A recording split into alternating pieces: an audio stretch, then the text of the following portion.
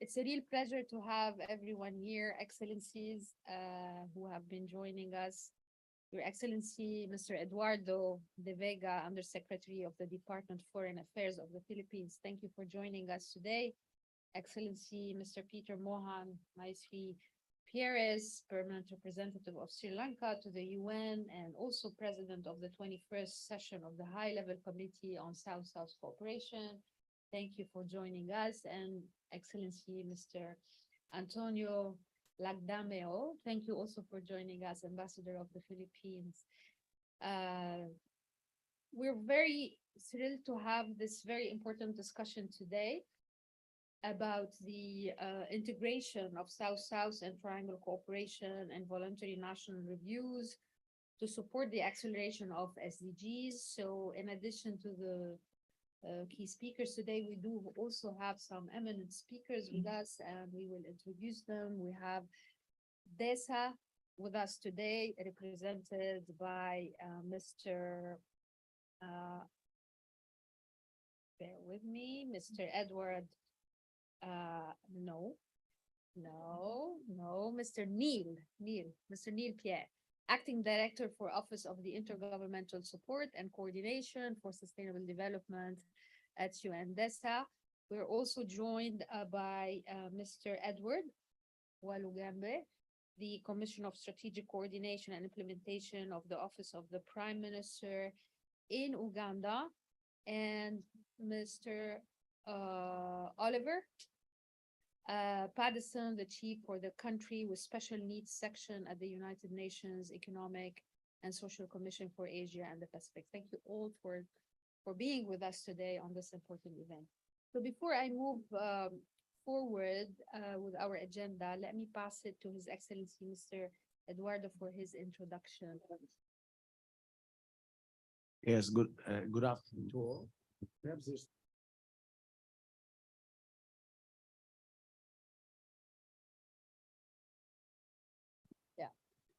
good afternoon. So first, I'd like to thank our host for this meeting, yourself, Madam Christina of the UN Office for South-South Cooperation, JMC, and Ambassador Antonio Lagdameo joins me in thanking as well Ambassador Omar Elal of Morocco, who is the other co-chair of the Group of Friends of Voluntary National Reviews. And of course, thank you, Ambassador Pierce as well, a good friend of the Philippines, Pierce, for being here with us.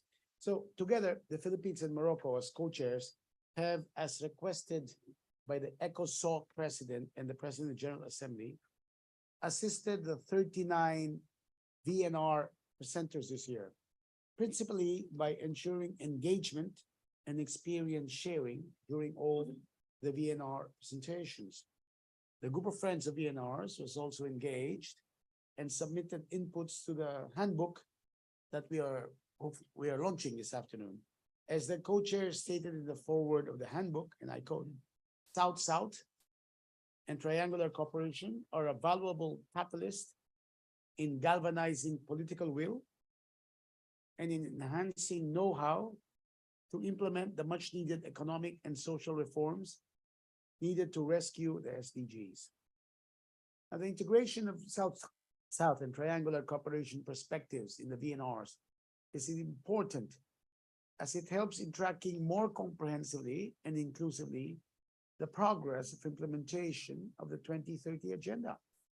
It also helps generate valuable evidence of South-South and triangular cooperation towards achieving the SDGs.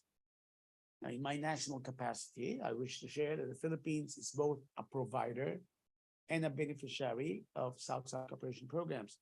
The country has provided considerable assistance to other SSC developing countries, typically on capacity building and sharing of expertise on a range of development themes, from agricultural and rural development to ICT, microfinance, education, health, and welfare, among others.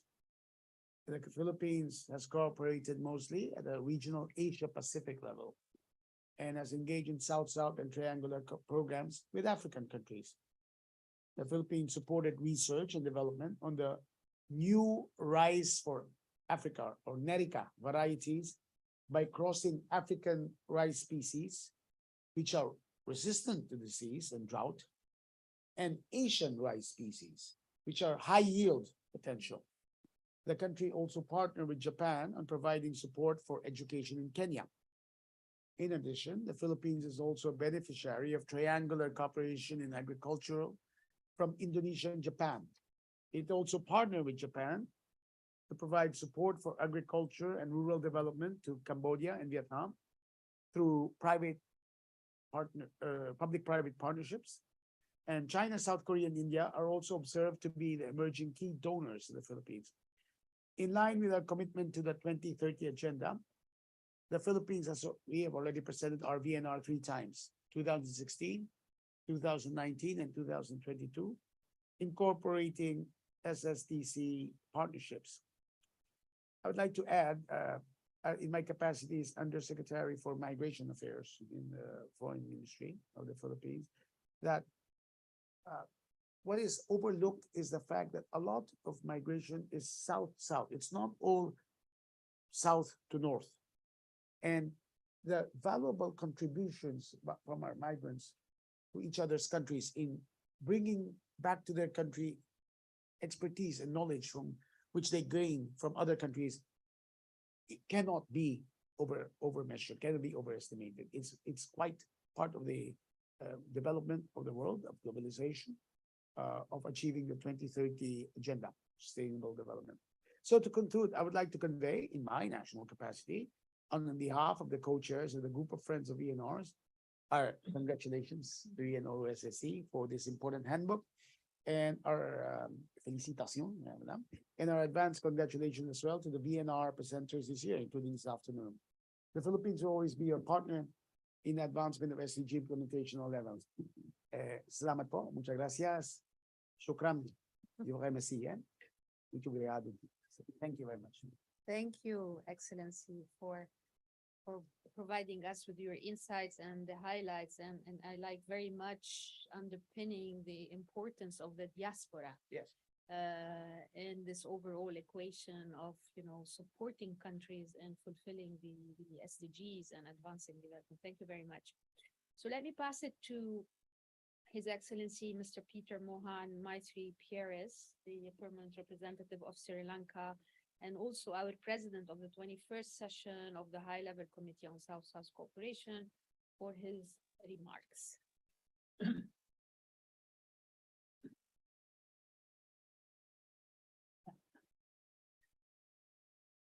Thank you very much, Director Dima Al-Khatib, for inviting me to this conference. I commend the co-chairs of the group of friends of the voluntary national reviews, that the permanent mission of the Kingdom of Morocco to the United Nations, and the permanent mission of the Philippines, particularly to you, Ambassador Legdemeo, and to Ambassador Hilale, who have been close friends of ours, as well as the United Nations Office for South-South Cooperation, organizing this event today on the sidelines of the high-level political forum on sustainable development. Of course, I also do thank the high officials seated on the right of us for being present with us, and we have been looking forward to hearing your inputs. Distinguished delegates, the alignment of the SGDs and the global commitments with national policies is recognized, perhaps, as I won't be wrong to say, Director, as a core requirement in the SDGs implementation discourse. In this whole discussion of ours, I don't think you can separate one from the other. So, however, it remains, however, a challenge, I say, to incorporate the 2030 agenda into national, subnational, and local plans and policies. As we all know, we've been in government long enough to know, we can't probably manage our own policies, but incorporating the SDGs in our policies is yet presents another challenge. of a peculiar kind. So a review of the VNRs suggests that all of the countries in Asia have basically aligned development plan with the global agenda. Of course, we do take cognizance of what's going on right around the world, right? Therefore, the alignment framework has to be taken into account, if I'm right. The capacities and levels of development of different countries and in their contextual realities. Let's be completely honest about that. In fact, I've gone to the extent of saying that we cannot actually set a benchmark for the whole world in achieving the SDGs. And perhaps we won't be too disappointed if we didn't actually achieve those benchmarks, if we fix the benchmarks having regard to our national competencies. In other words, what's necessarily good for the United States won't be probably good for Sri Lanka. We probably are not we are not similarly circumstanced, if I was to put it that way. So existing policy actions towards attaining the SDGs need to be integrated into medium, long-term frameworks to ensure policy continuity. So I really don't believe that although we are fretting about the fact that we won't get there in time, I still am optimistic that we can, if we tweak this whole approach away from this very traditional way in which we have been approaching it for the last, how many years? 8 years. Right. So in the outcome document, so that's something that I would probably leave you to think about. I've canvassed this with many people. I don't, of course, find much favor because they don't kind of probably take the trouble to think about it. But if you really think about it, in other words, I always say it's like running a race between two clear, distinct countries, one starch eating and the other protein eating. It's like that. There's a big difference. The classification is pretty clear. So what's the upshot of this? So in the outcome document of the second high-level United Nations Conference on South-South Cooperation, or BAPA +40, member states recognized the importance of South and Triangular cooperation in the implementation of the 2030 Agenda for Sustainable Development as perhaps being a trusted mechanism for leveraging each other's experience in underlying what works, identifying persistent impediments that are staring in the face, making evidence-based responses, including facilitating exchange of resources and knowledge that addresses needs only countries of similar development pathways, I say, enjoy, and they are close partners who can understand the environment in which we are trying to implement this process. So that is another thought that I would probably leave you with to ponder over. Now, as president of the 21st session of the high-level Committee on South-South Cooperation, which DMA continues to bless me with all the time and reminds me about, I feel rather embarrassed at the fact because I know so little of South-South Cooperation. I'm learning fast, of course. And I'm compelled to because she keeps on insisting that I am the president of the high-level Committee on South-South Cooperation, right?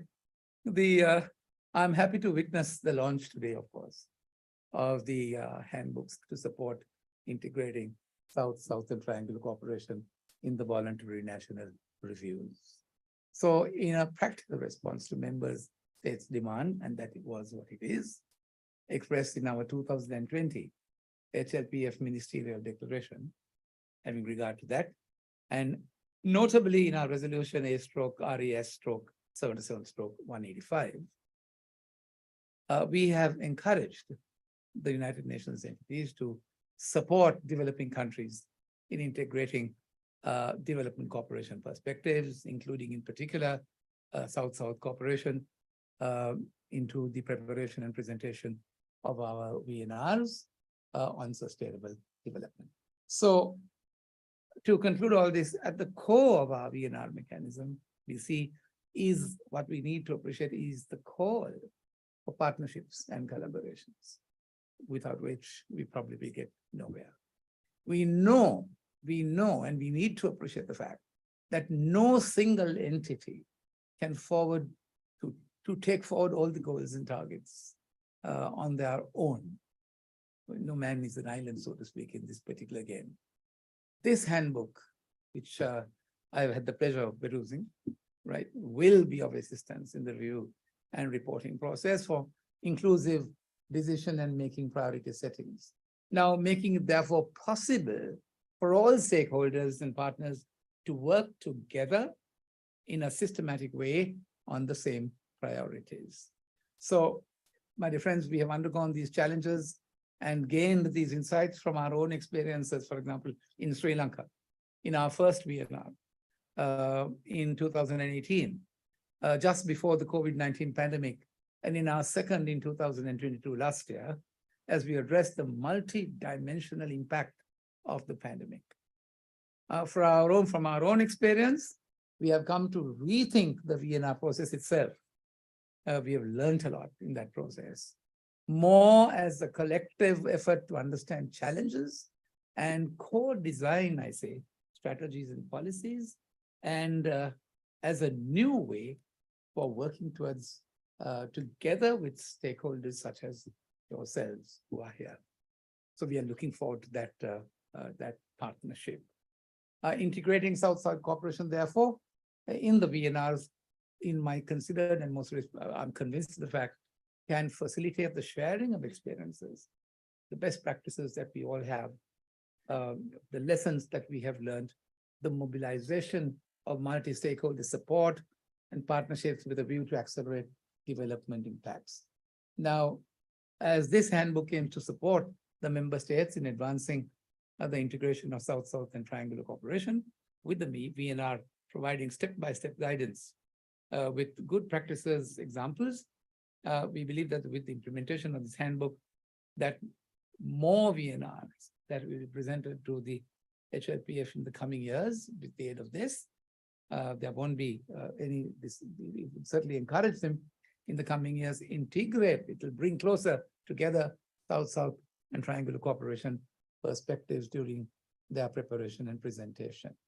As we have heard in many discussions this week here in New York, in the UN, and we will hear in the coming weeks, in the last whole week of the HLPF, member states, particularly the Global South, are making tremendous effort to galvanize action to meet the 2030 agenda and overcome the setbacks, I say, caused by the global pandemic and the deteriorating international security environment.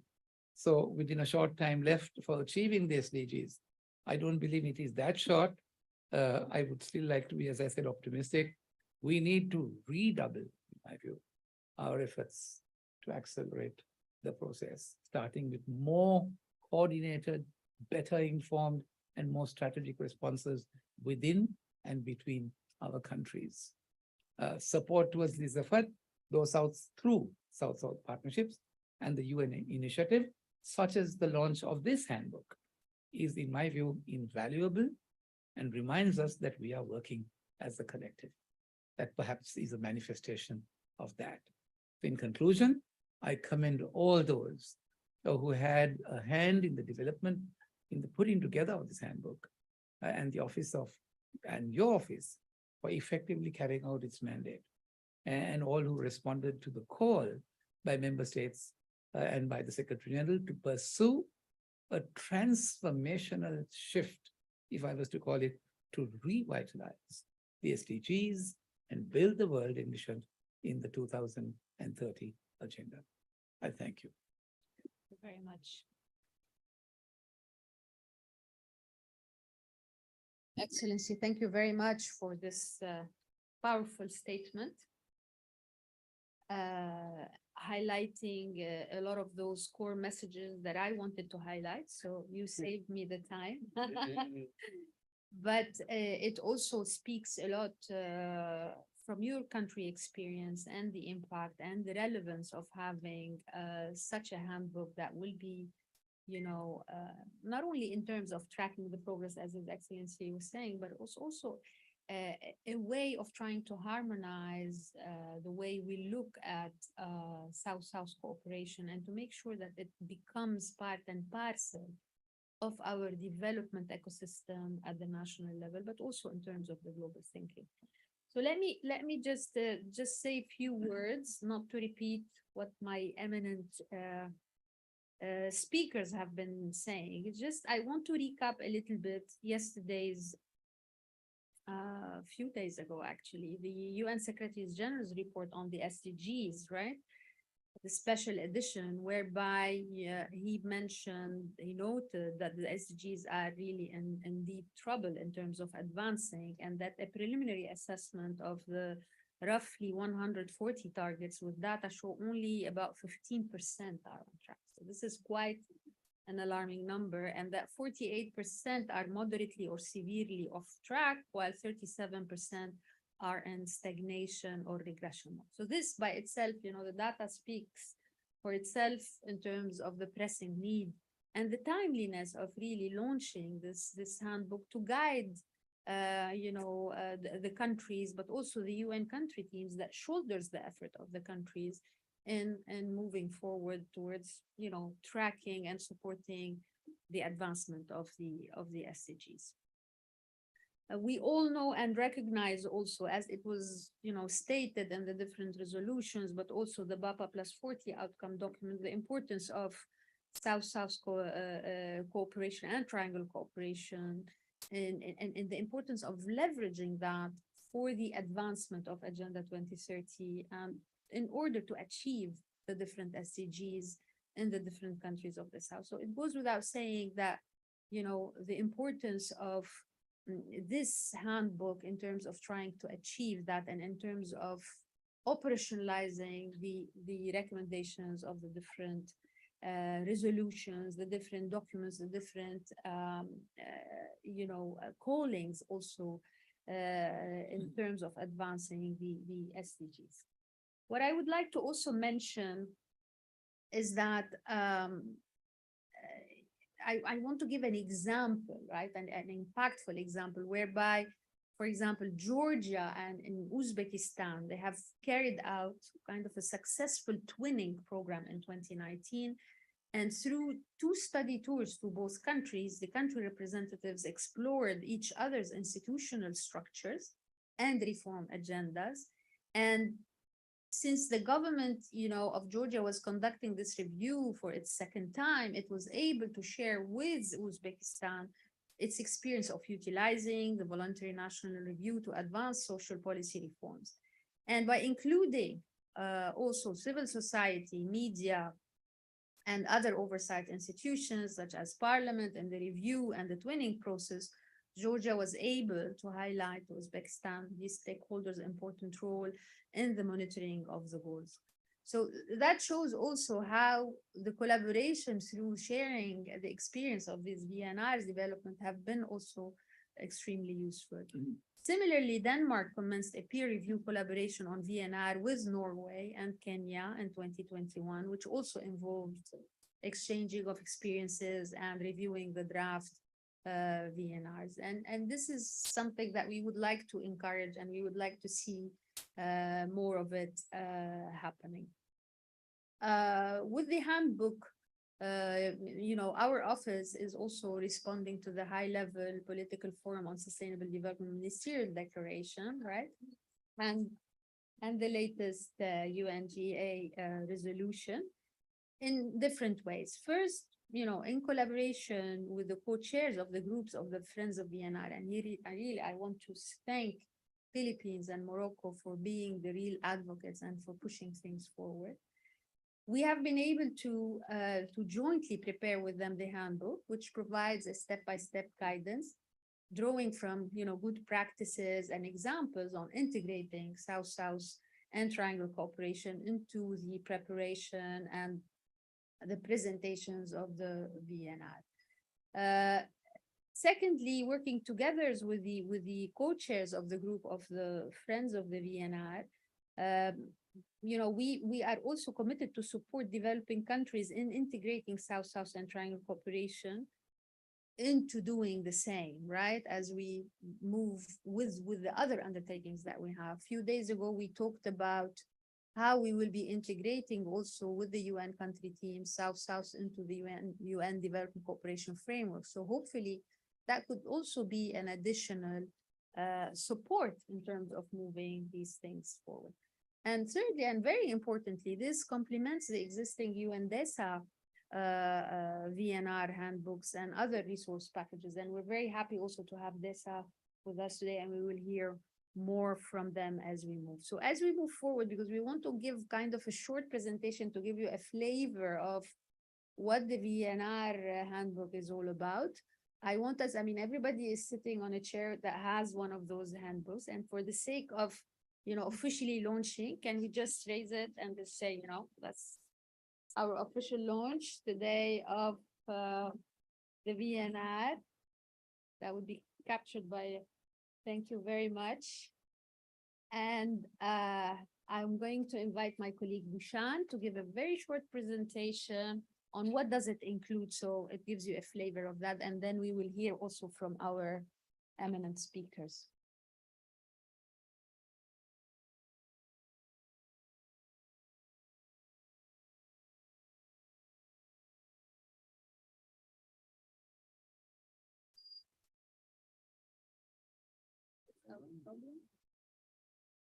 All off.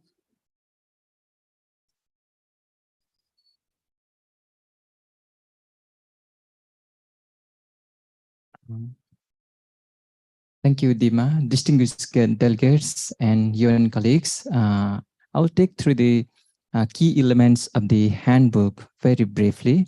Next slide. In my presentation, we'll be covering these 4 areas: process and timeline of the handbook development and rollout, expected results from the use of handbook, ways of integrating South-South and triangular cooperation in the VNRs, and key elements, key entry points of integrating South-South and triangular cooperation in the VNR. Next slide. Yeah. Yes, as we develop the handbook, we go through a very, very rigorous process. And in this process, the co-chairs of the groups of friends of VNR, UN entities, and the member state were heavily engaged. We started the process in June 2022, developing a roadmap to how we integrate South-South and triangular cooperation in VNR. And following the roadmap, we initiated the development of handbook, and the consultation for the inputs were rigorously conducted with the member state, UN entities, and stakeholders. The consultation process, we reach out all the member states through the co-chairs of the groups of friends of VNR and the UN entities through the UN interagency mechanism. And the key elements of the handbook, handbook was also presented for the discussion in the 2 regional forums, in Asia Pacific and the Africa, together with the SCAP and the ECA. And the draft comments on the handbook was shared. The handbook was shared with the member states with a joint letter from the co-chairs of the groups of friends of VNR, and we received, and the UN entities through interagency mechanism and other stakeholders. We received a tremendous number of comments. They are very useful, and many of them, and most of them, which are very valid, and they were incorporated in the handbook.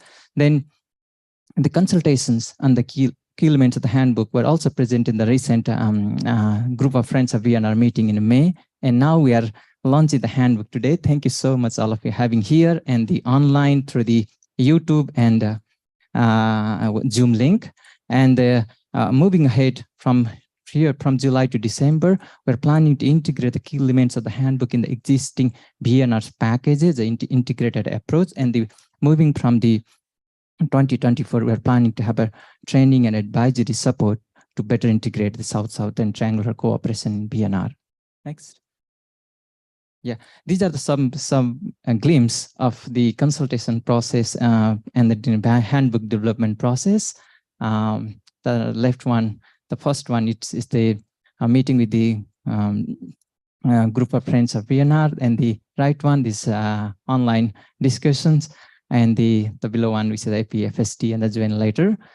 Thank you. Next.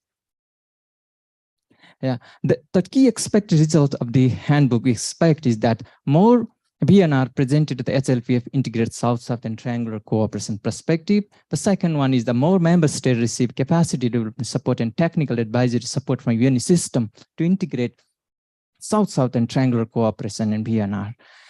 Another important element that we really need to advance in SDG monitoring is that how the South-South and triangular cooperation, it's contributing the SDG implementation, and how the evidence, right, to what extent the evidence of the contribution could be generated. We expect that this handbook implementation will also contribute in that. And the fourth one, the more member state and development partner consider integrating South-South and triangular cooperation as a modality where appropriate to accelerate our progress toward SDG. Next. As I mentioned, that the handbook development process went a very rigorous process, and consultation with all regional commissions and all 5 regional commissions. They're very, very supportive, providing inputs, and the UNTTs and member state.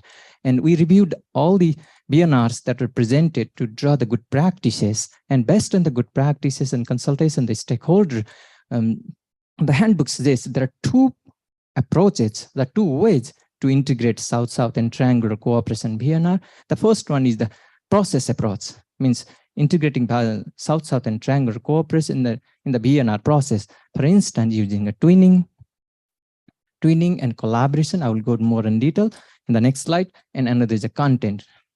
Next slide, please. While talking about the process approach, means applying South-South and triangular cooperation VNR, there are 4 key elements found successful, and the stakeholder also recommend. And that is the thing this handbook suggests. One is twinning among the countries to develop the VNR. And the second is the VNR collaboration with a separate country and peer review of the report, and the participating the UN facilitated global and regional workshop. Next slide. When it comes to the integrating South-South and triangular cooperation in the report itself, based on the consultation and good practices, there are 6 areas which this handbook suggests. Is that reporting on SDGs, this SDG 3 targets and indicator, including 17.3.1, which deals with the South-South and triangular cooperation aspect. The first one is the reporting on SDG 17, and now the Statistical Commission and UNTAD and the UN entities and member states are working on the quantifying the South-South cooperation better with the enhanced framework of the monitoring of the 17.3.1. Second thing is the handbook suggested writing a chapter itself into the VNR report where applicable, and many countries like Indonesia and others have already done that.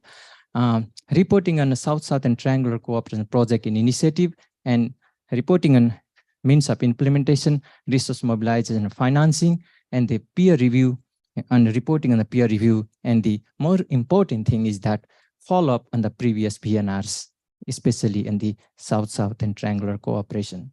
Next.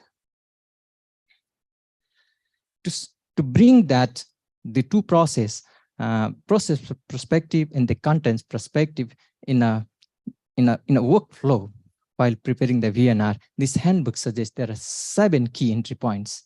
Though the integration of the VNR, integration of the South-South and triangular cooperation VNR starts from the SDG planning and national planning, but these 7 steps are mainly focused on the preparation and the presentation of VNR. It's at the kickoff stage, means the very beginning of the preparation of VNR, and organization and preparation in engaging South-South and triangular cooperation activities, participatory workshops, and report writing and content on the SSTC, South-South and Triangular Cooperation, and presentation on HLPF and the post-VNR. The handbook provides step-by-step guidance with the good practices example. The handbook that we have here provides examples and also the recommendation to how to take these 7 steps as a key entry point and materialize into the action. Thank you.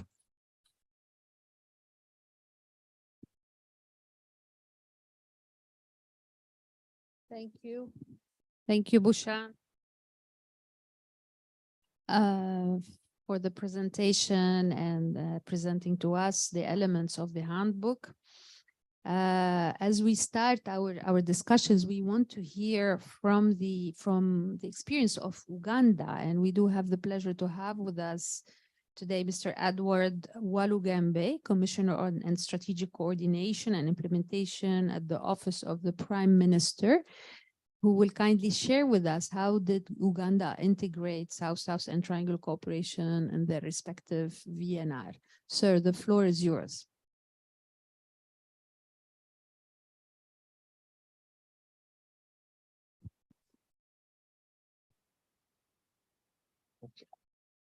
Thank you very much, Your Excellencies, members present and the members online. I want to say thank you very much for this presentation, and also I thank you for the invitation where we come to share, but most importantly to learn, and we take that very seriously. One starting point is that South-South cooperation is very important in delivering us from where we are to the desired objective. And also I want to make a statement that we are all concerned about everybody, because nobody is safe until all of us are safe. The COVID pandemic showed us that we are not very far from one another. So could affect one another regardless of the distance. And the South-South cooperation takes us to that level where we cooperate and develop and achieve together. So I want to emphasize the importance of the South-South cooperation. And also when we talk about the guidelines, which have been properly articulated for us here, I look at 2 things. One, we are looking at the guidelines to drive us to SDG successful implementation. But South-South cooperation will be a vehicle to drive us to development even after the SDGs have been achieved. So we needed to strengthen the cooperation. And when I look at the guidelines, I think we needed to, I liked the scorecard. I like a scorecard for achieving SDGs, but also I like to see the scorecard for strengthening South-South cooperation, so that we can move from first level to the next level. And I've also liked the processes that have been taken, very rigorous, consultative, really leaving nobody behind to take care of the different and peculiar statements and positions. So in Uganda, we value so much South-South cooperation, and I want to integrate it in the VNR. But before again we do that, I want to see, and I stated it, but to emphasize the fact that we integrate South-South cooperation into not only reviewing, but also in planning and implementation. So those are very strong issues that I want to look at, that we can never review before we plan together and implement together and have a common agenda which we want to achieve. I think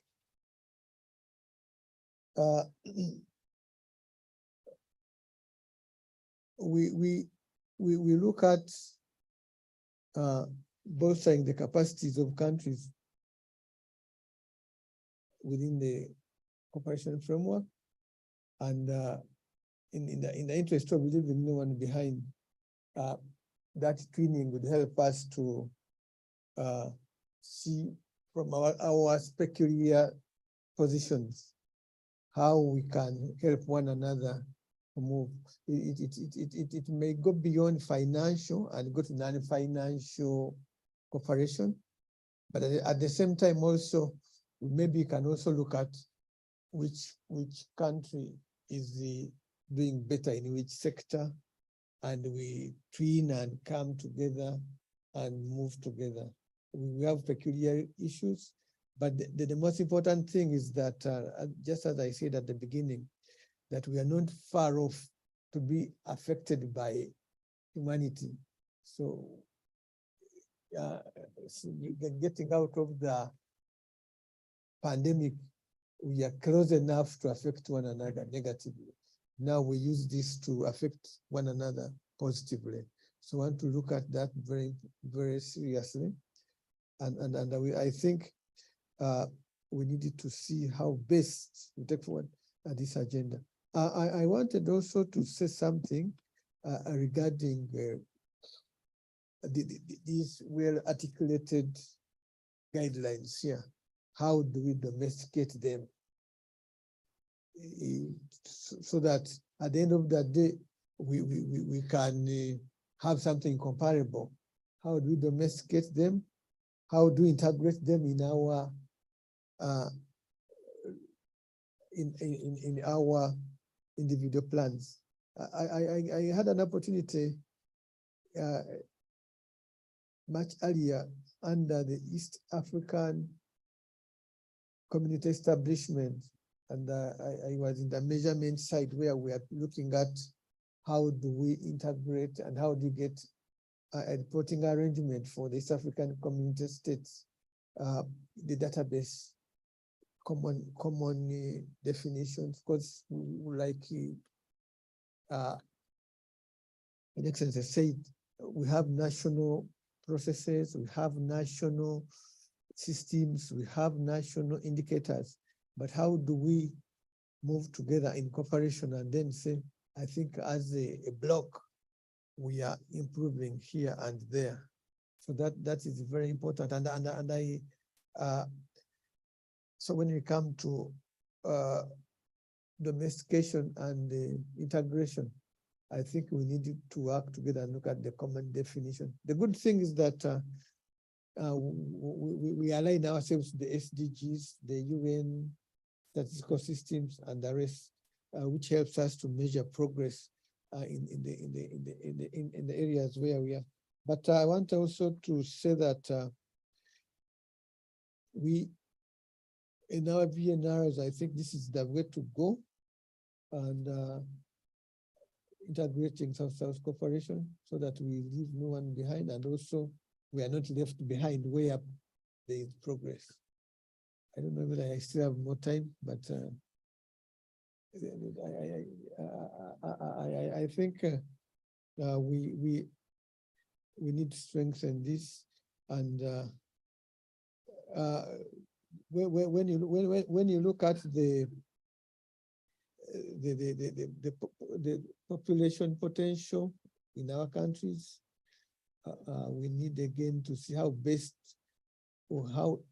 have other countries utilize their youthful populations to achieve this, and so we take forward whatever is being done. But we recognize the importance of the South-South cooperation as a driver for us to achieve SDGs, but also how do we strengthen South-South cooperation to make sure that it drives us to the promised land even after the SDGs. I thank you. Thank you very much, Mr. Walugembe, for your insights. And we too take notes of what you mentioned about the importance of review, the planning and implementation, and also the domestication. This is definitely extremely important. It has to be contextualized, but also looking at scorecards for South-South cooperation. My colleague has mentioned that there is already an effort which is co-led by UNCTAD in terms of trying to measure 17.3.1, the indicator on South-South, and all of these elements will have to come together at some point in order to achieve and to get to that end. And in terms of planning and implementation, there is also a parallel effort. We talked about it 2 days back in terms of preparing guidelines to help the country teams at the national level to anchor South-South in the national planning and how to do it from a whole of a society approach, I would say, but also with the whole system. So we join you in your thinking and the importance of having this as a drive towards moving things forward. Thank you very much. This brings me to a segue to giving the floor to Mr. Neil Pierre, the Acting Director for the Office of Intergovernmental Support and Coordination for Sustainable Development and UNDESA. And he can shed the light, on enhancing capacities of stakeholders to integrate South-South and triangular cooperation and VNRs, but also how would this complement all the efforts that DESA is doing in chaperoning and accompanying countries in doing so. Floor is yours. Thank you very much, Director.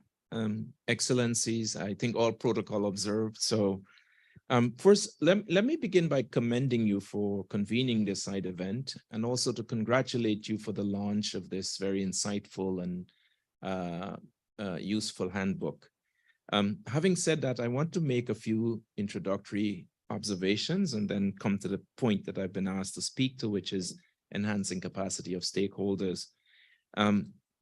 First, I think there are a few things that need restating about the SDGs. Implementation of the SDGs is primarily at the national and local level, first and foremost.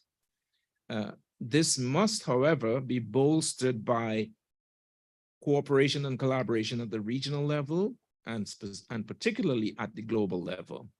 Development cooperation at the global level is very essential to this, and so is South-South and triangular cooperation. The second observation I want to make is that the VNRs are a principal means to track progress nationally, regionally, and globally.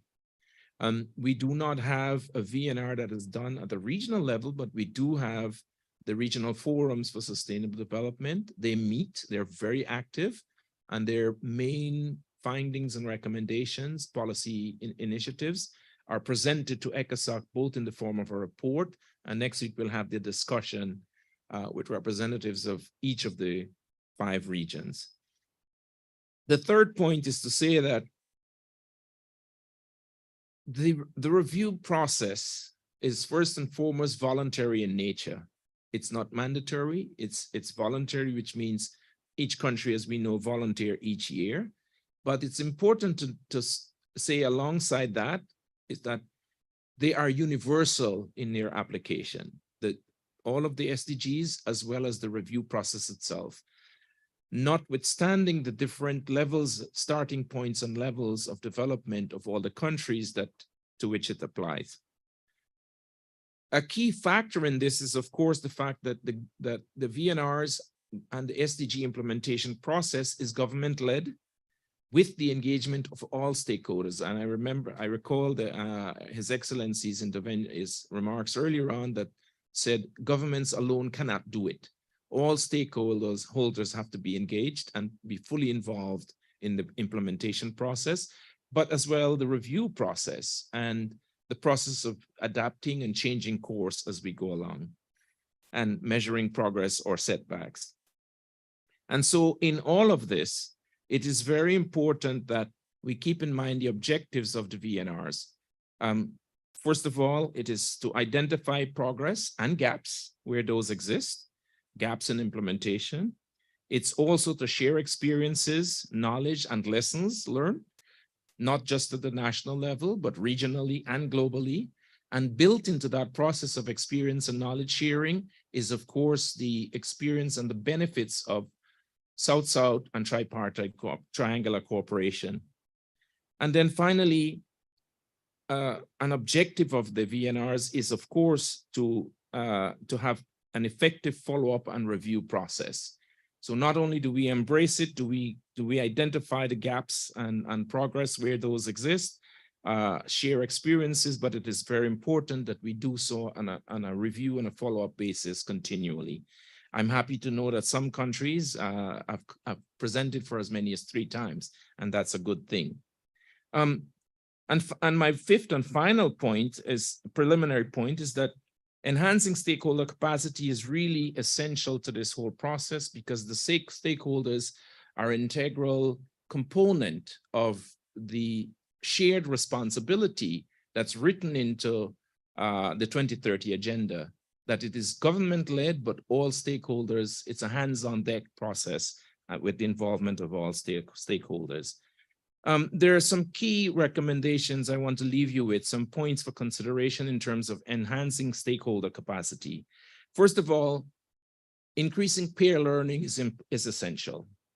Stakeholders are not only to become involved in the process of designing implementation strategies, monitoring progress, and the review and the reporting exercises, but they should be part of a peer learning exercise, particularly through South-South and triangular cooperation. Secondly, I want to say that it is very important that we identify and customize best practices at the national level, but also interregionally and intra-regionally, but also and globally. These best practices may happen in developed countries, and some of them might be applicable to different contexts in developing countries, but they have to be adapted and customized as appropriate. And this is a process that can be done particularly through the vehicle of South-South and triangular cooperation. The benefit of sharing information and innovative tools, policies and strategies that are applied successfully elsewhere is also inherently built into the process of review and implementation. And so again, I identify a role for stakeholder engagement in this, both in identifying those innovative tools and policies and strategies, but also in helping to design how they can be best integrated into national policies and frameworks. My second to last point on this as we go forward is that stakeholders all suffer, they have resources, they have a lot of experience working at different levels, especially on the ground and helping to design and identify policy priorities, but they lack funding and they lack other types of capacity. So seed funding is very important. And in quite many instances, we're not talking about a lot of monies, but seed capital that can help stakeholders to be better positioned in bringing the value of their experience and knowledge to bear in the process. And finally, I want to also say that within the process of implementation, integration, review, and follow-up of the SDGs through the VNR processes, it is very important that we work closely with the UN system, particularly at the national and the regional levels. We have at the national level, of course, the UNRC system, the UN country teams, and we have at the regional level, my colleague is right to my right, representing a regional economic commission. We have them in all 5 regions. They're a very solid platform for substantive knowledge and policy analysis that governments and stakeholders can make use of. And we too, in the VNR process, will seek to now enhance the way in which we use these mechanisms to support governments and to support stakeholders in building their capacity. I will stop there and I thank you. Thank you very much, Neil, for these very, very valuable observations and recommendations. I fully agree with them, especially in terms of the role of the UN entities in supporting that process. Very, very important. And it's a collective thing. I mean, from my experience from the field, it's a collective UN country teamwork, including the seed funding. Very, very valuable. And the role of the regional commissions, programs, entities is extremely also valuable because that also provide a lot of exchange of experiences. Before I move to our next speakers, I also wanted to mention that for our colleague from Uganda this year, and part of its belief in advancing the South-South cooperation, will be hosting the South Summit, I believe, in January. They will be also hosting the next conference for the LDCs and the LLDCs. So there's a lot that will be happening in Uganda. So anyway, our next speaker, Mr. Olivier Paddison, is the Chief Country with Special Needs Section at the United Nations Economic and Social Commission for Asia and the Pacific, ESCAP. And we're very happy to have you here, and he will be able to share with us also ESCAP's experiences in advancing South-South cooperation through the VNR twinning and utilization of the handbook, but also any other observation and insight are more than welcome. Floor is yours, Mr. Paddison. Thank you. Thank you very much. Good afternoon, dear participants, also protocols observed.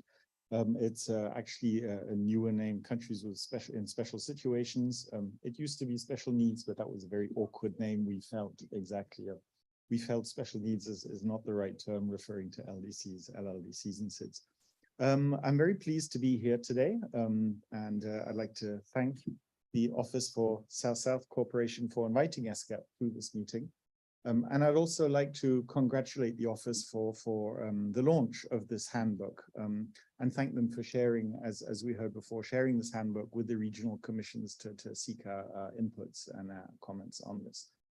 We've already heard once or twice about the importance of peer learning. Neil just pointed out the importance of peer learning. You mentioned it before.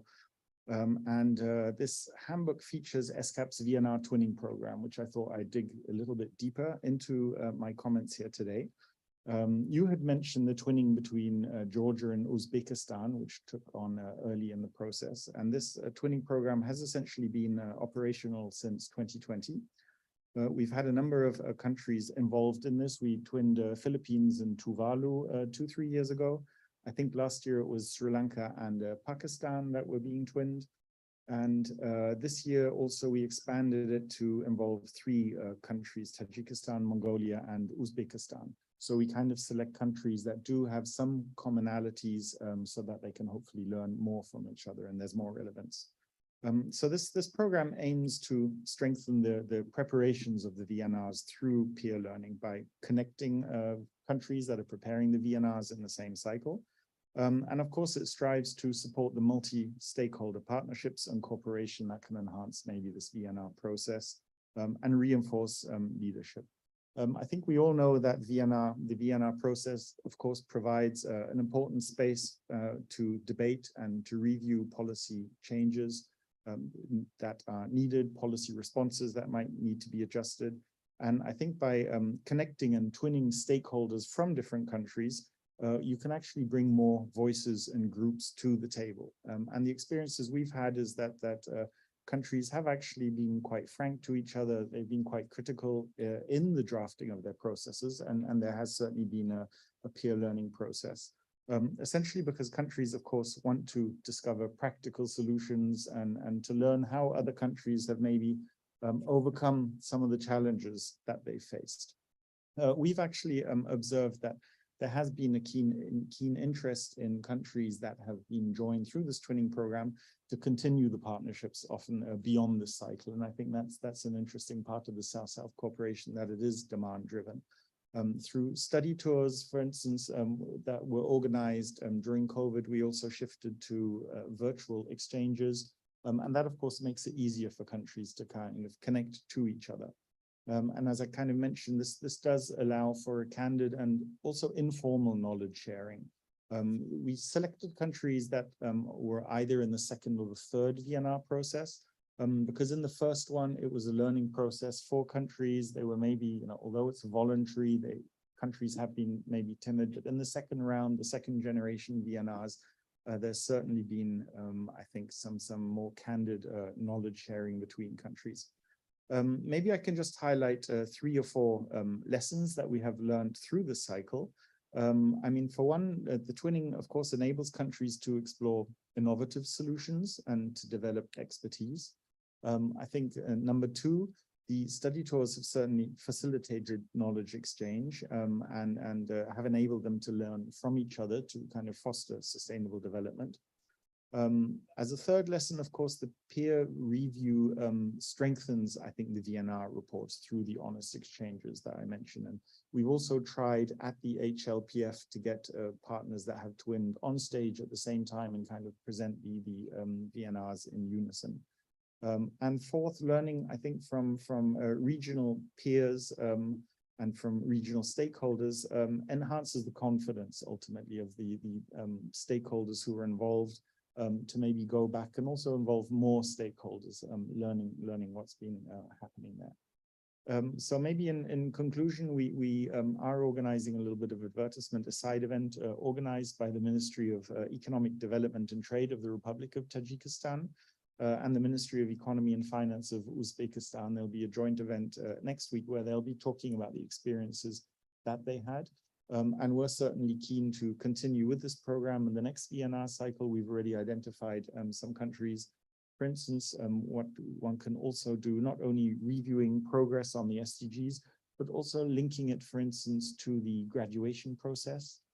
We have potentially 2 countries next year, Nepal and Laos. That might be, no, not Nepal, and there was another one, LDC that might be preparing, no. Yeah. Anyhow, but linking it also to the other global processes that are relevant to these countries, the landlocked issue, the Vienna Program of Action, and the graduation process. So maybe linking it to these two. So those would be my remarks. Thank you very much. Thank you very much for these insights and also sharing the lessons learned from the twinning program, the peer learning, the peer reviews, and I agree. I mean, the linkages with the global undertakings will be very, very important. So colleagues, with this, we do conclude our session today. I really want to take this opportunity to thank again all of those who have contributed and the friends of the VNRs, Morocco and the Philippines, really for the valuable inputs, the individual staff who have been behind it. Thank you very much for that. Morocco is represented with us today. Unfortunately, His Excellency was not able due to competing commitments, but we do also acknowledge their inputs to the process. Of course, all of those who have contributed to that, and thank you, Desa, thank you, ESCAP, thank you, Mr. President. Thank you for all the member states who have contributed. I want to also open the floor if anyone has any pressing question for any of the presenters today, to give them this opportunity to also interact. Yes, we do have some hands up. Yes, please.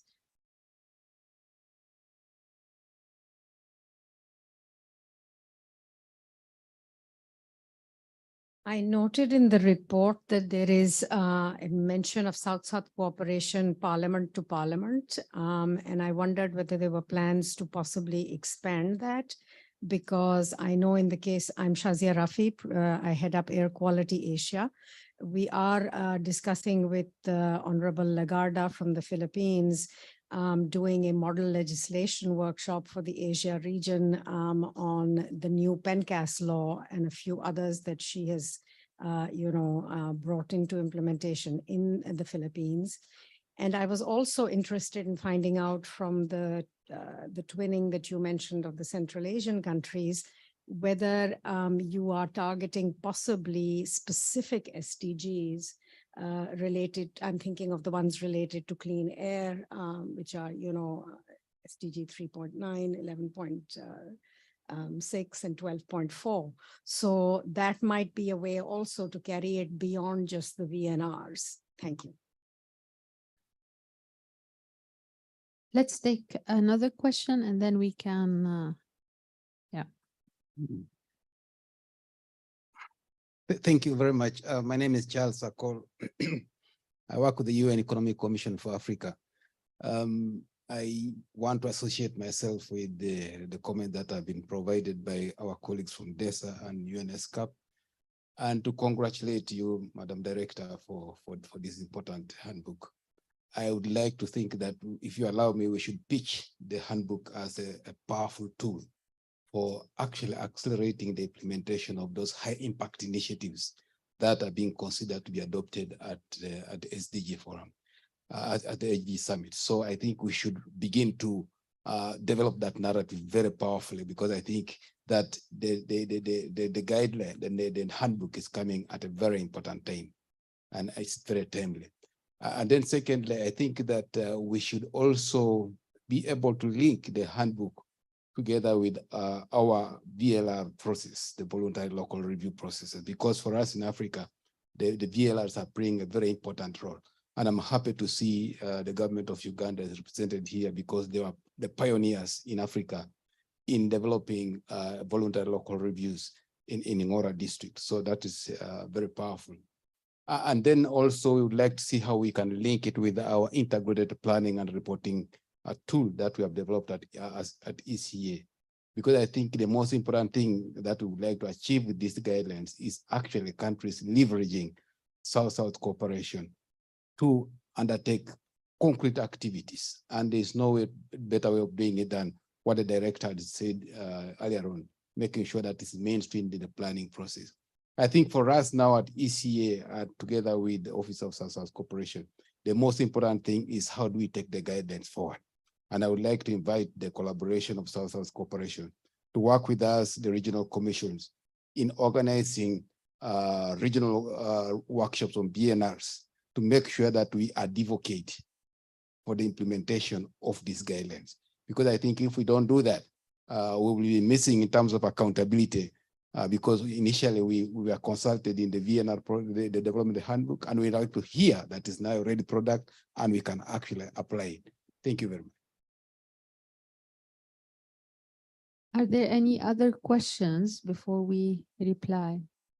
I don't know whether with the colleagues online, is there anyone who is eager to ask anything? Okay, great. Maybe we'll start with you just quickly, and then I will pass it also to the colleagues to answer the questions. It's just, we hear you, and definitely the call for working closely with ECA in terms of training and capacity building is would be, you know, slotted as part of the activities. But also what's important, and we did that a few days ago, we also we're working to finalize, if you will, with DCO also the guidelines for integrating South-South in the planning at the national level, and that would be extremely important.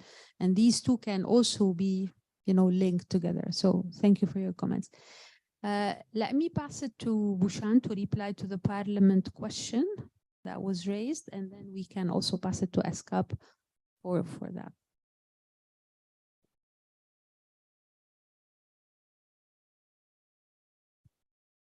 Yeah. On this thing in the parliamentary thing, this VNR whole VNR process is a very inclusive and participatory process, and that the engagement of the stakeholder is strongly highlighted this at all level. If we go through the UNDESA, the main VNR handbook, this handbook that we have prepared is that to complement that DESA handbook, while advancing the preparation and presentation of the handbook, how the South-South and triangular cooperation can be further integrated. So coming to back to the engagement of Parliament is that during the whole VNR process, the parliamentary and government authorities, NGO, civil society organizations, all are expected to be, and private sector, and to be engaged at all the stages of the process. So what we hear, what we say in this point is that engagement of Parliament is very essential, and that should be happening throughout the VNR process. And the handbook that we are developing is that the parliamentary had a very key role in advancing the South-South cooperation as well. Thank you. I stop here. Shall we pass it to you for the, and maybe this I would like to add on the Parliament part, if, yeah. Sure, thank you. Yes, I think there were two questions that you raised. One was on the selection of countries for the twinning. We don't base that on the specific SDGs because the VNRs, of course, review all of the SDGs. We base it more on what commonality do the countries have. I mean, of course, we have a very diverse region where we have developing but much more developed economies. But we do kind of need to twin countries that are similar and so that they can both get something out of it. In the case of Tajikistan and Mongolia and Uzbekistan, it was because of course shared history, being landlocked, they had kind of commonalities to address. I think in the next round, as I mentioned, it would, maybe be interesting. My view would be to maybe twin, for instance, Nepal and Bhutan and Laos, which I think are planning to present VNRs. They also share the landlocked issue. They share the least developed issue. So it's not on specific goals. But it's certainly something one can pick up. I mean, of course, there was the high-level forum on clean air in Mongolia in March, where that is a big issue. Regarding the IPU, I think Neil will be talking to that, sorry, the parliaments, but we've also in our region seen a strong, keen interest of parliaments. We in November, December, we presented to the People's Majlis of Maldives on the importance of twinning, on the importance of the SDGs. And we are at ESCAP also talking to the IPU to see how we can get them more involved, because there's certainly an important role I think that the parliaments can play in this. But you'll probably be able to share. Indeed, especially for SDG budgeting. Thank you very much. First, let me respond to the point that Bhushan made that the handbook will definitely be part of the package of guidance that we offer to all governments, South, North, and everything in between, as they prepare for their VNRs. And so we already have a comprehensive set of instruments available and guidance notes. And now the handbook will be part of that. What we are also going to do is to update our guidance notes complemented by the handbook to include that reference to strengthening the role and the engagement of parliaments. It has been happening in many countries, but it's very uneven. In some countries, the parliaments are completely disconnected. And as you said, Director, it is very important that we involve parliaments, or that parliaments become involved, because they're not only important for budgetary purposes at the national level, but in terms of making legislation and embedding the SDGs into national policy and legal frameworks wherever that's possible. And so we'll be updating the guidance package that we provide to governments to make that point, to bring it out much stronger. And in our own engagement with governments and working with regional commissions, I'm very glad to see ECA present in the room as well. We'll be looking to scale up our support to governments in that regard. Fantastic. Thank you very much. Any other questions? Yeah. Just some additional comments. I'd like to join others in thanking our experts. My apologies for not mentioning it earlier, for your contributions, and to thank the lady for mentioning the Philippines and our Senator Loren Legarda, who's been active in interparliamentary contribution. I want to echo something which Ambassador Pierce mentioned about there is no one size fits all. There was mention of the Philippines being twinned with Tuvalu. Now, obviously, they're both island states and they have the problems of climate change. But again, we're quite different. I mean, I think the entire population of Tuvalu can fit in a neighborhood in Manila. I mean, but the problem is the same. We're sinking. I mean, because of the climate change. So there are valuable things to be learned.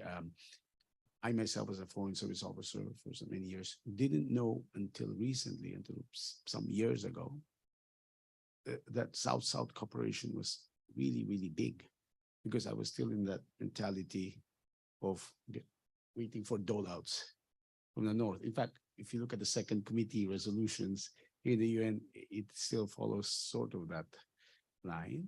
And that's the value of emphasizing the importance of South-South partnership towards achieving the SDGs.